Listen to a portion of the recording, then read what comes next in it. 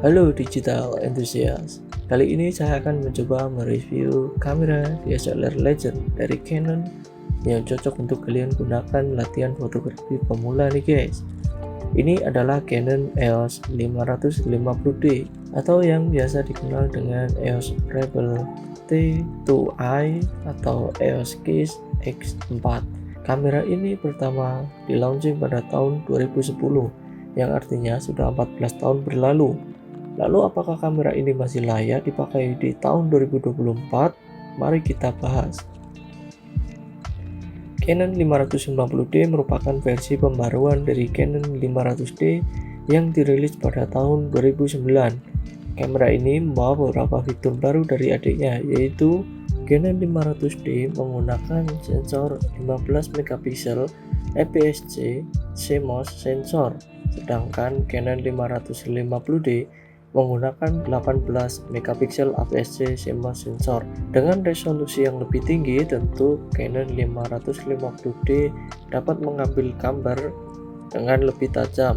Canon 500D hanya mendukung ISO 100 hingga 3200 saja, sedangkan Canon 550D dapat mendukung ISO 100 hingga 6400.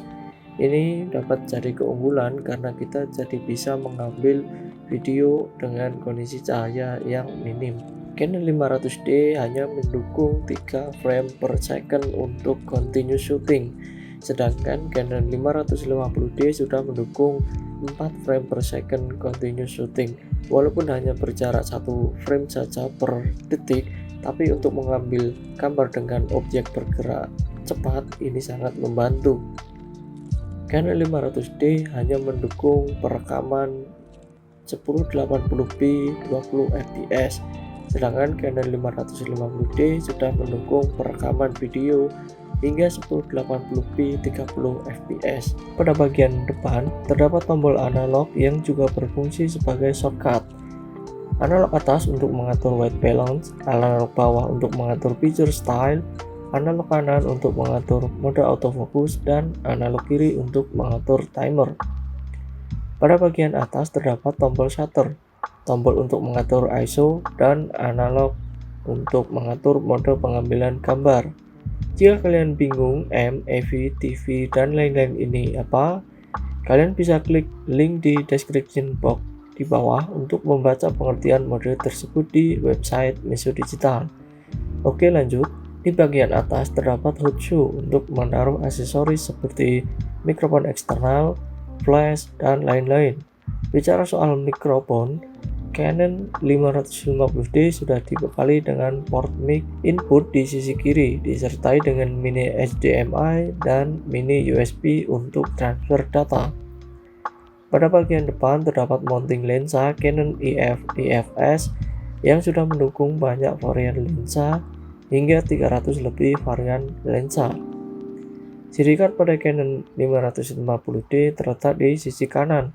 Saya pribadi lebih suka dengan desain yang seperti ini karena lebih ringkas ketika kita ingin mengganti CD card. Baterai yang digunakan Canon 550D yaitu baterai bertipe LPE8. Sayangnya, di kamera saya ini baterainya menggunakan baterai pihak ketiga.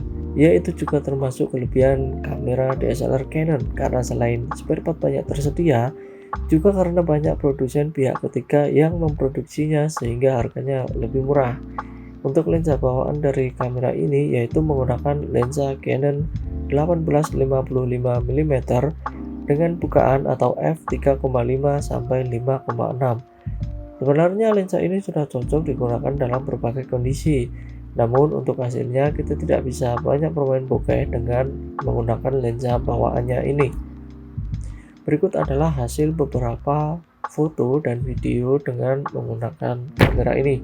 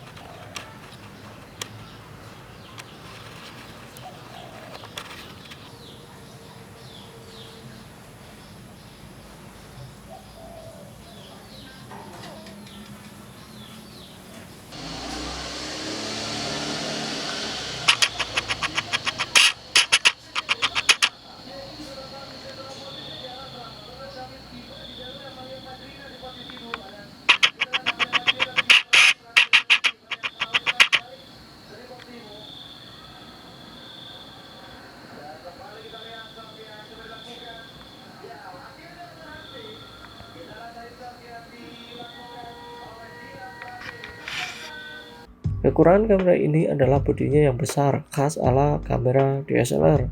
Kamera ini juga kurang direkomendasikan untuk mengambil video, karena belum mendukung AF tracking, sehingga kalau ingin merekam sesuatu, kita harus memfokuskan kamera ini dengan mode manual.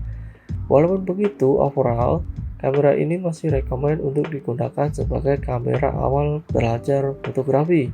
Mau videografi tipis-tipis juga sebenarnya cocok karena sudah mempunyai resolusi yang cukup tinggi, yaitu Full HD, walau dengan kekurangannya yang sudah saya sebutkan sebelumnya. Selain itu, kamera ini terkenal bandel. Kalaupun bermasalah, tersedia banyak spare part-nya di toko online. Kamera Canon ini punya banyak sekali varian lensa yang bisa dipilih. Oke, itu saja pendapat singkat saya mengenai Canon 550D. Kalau kalian punya pendapat soal kamera ini atau ingin bertanya, silahkan mampir di kolom komentar di bawah.